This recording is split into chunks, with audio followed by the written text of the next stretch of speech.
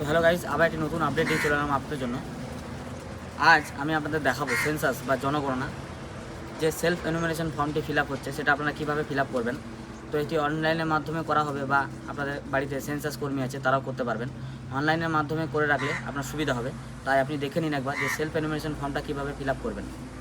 তো প্রথমেই আমি আমার মোবাইলের গুগল ক্রোমে চলে যাব।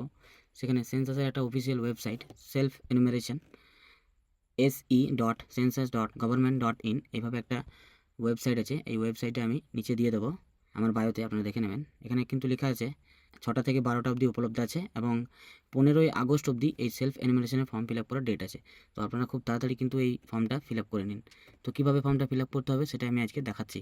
তো দেখুন, এই অফিসিয়াল ওয়েবসাইটে আসার পর এখানে self enumeration HLO log in একটা অপশান এসছে। এখানে আপনি স্টেট সিলেক্ট করবেন, এখানে ওকে করে দেবেন। স্টেট সিলেক্ট করার পর হেড অফ দ্য ফ্যামিলি, আপনার বাড়ির হেড যিনি আছেন তার নামটা লিখবেন। নিচে জিমেল যে কোনো একটা বা ওনার যদি থাকে তো দিয়ে দেবেন। মোবাইল নাম্বার দেবেন, নিচে ক্যাপশন। মোবাইল নাম্বারে কিন্তু ওটিপি যাবে,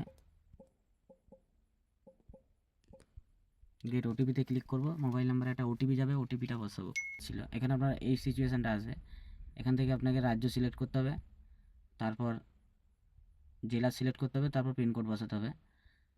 তারপর এখানে বলেছে যে আপনার বাড়িটা, আপনার বসবাসের জায়গা, মানে আপনার বাড়ি কোন জায়গায় পড়ছে, আপনার পিনকোড দিলেই কিন্তু জায়গাটা চলে আসবে। তখন কিন্তু আপনি আপনার বাড়িটা ঠিক জায়গা, আপনার বাড়িটা কোন জায়গায় পড়ছে সেই জায়গাটা আপনি দেখিয়ে দেবেন, দিয়ে অবস্থান নিশ্চিত করুন। এখানে ক্লিক করে তারপর সেভ করুন।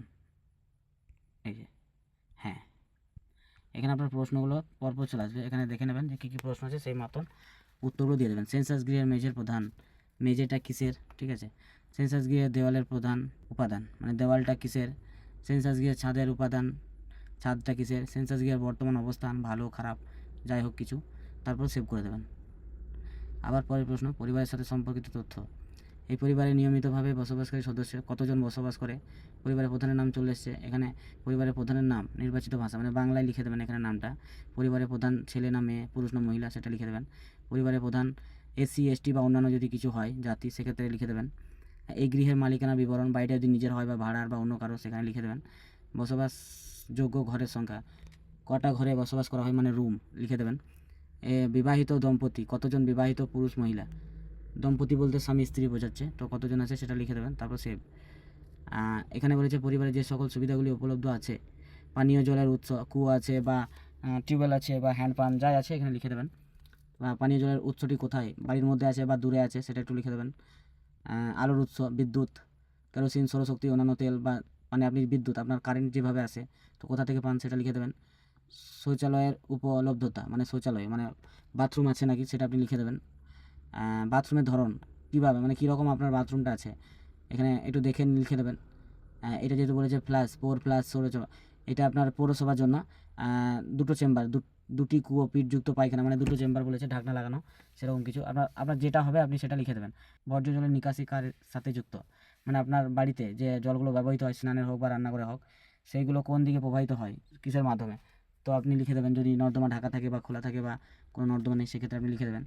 বাড়ির চৌহদ্দির মধ্যে স্নানের ব্যবস্থা আছে নাকি, বাড়ির যে এরিয়া আছে তার মধ্যে স্নানাগারের ব্যবস্থা আছে নাকি। রান্নাঘরের বিবরণ দিয়ে দেবেন, যদি গ্যাস থাকে গ্যাস দিয়ে দেবেন। রান্নাঘর যদি থাকে, রান্নাঘরে রান্না হয় সেরকম কিছু, রান্না বাড়ির মধ্যে রান্না হয় কিন্তু রান্নাঘরে রান্না হয় না সেরকম, মানে যেটা থাকবেন একটু দেখে দেখে সিলেক্ট করবেন। রান্নায় ব্যবহৃত প্রধান জ্বালানি, রান্নায় আপনি কোন জ্বালানি দিয়ে আপনি রান্না করেন সেটা এখানে লিখে দেবেন, তারপর সেভ করে দেবেন।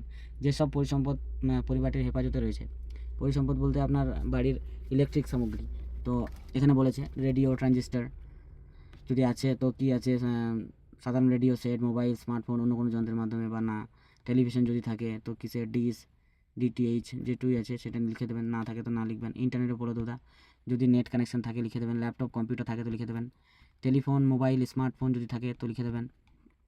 সাইকেল এবং স্কুটার, মোটরসাইকেল এগুলো যদি কিছু একটা থাকে তো লিখে দেবেন। 4 চাকা, জিপ, মোটর ভ্যান যদি থাকে তো লিখে দেবেন। পরিবারটি প্রধান কোন খাদ্যশস্য, মানে পরিবারের প্রধান খাদ্যশস্য কী, আমাদের যেহেতু ভাত তাই ধানজাত দ্রব্য, এটা লিখে দিয়েছি। তো মোবাইল নাম্বার দেওয়া আছে, আপনি তারপর এটা সেভ করে দেবেন।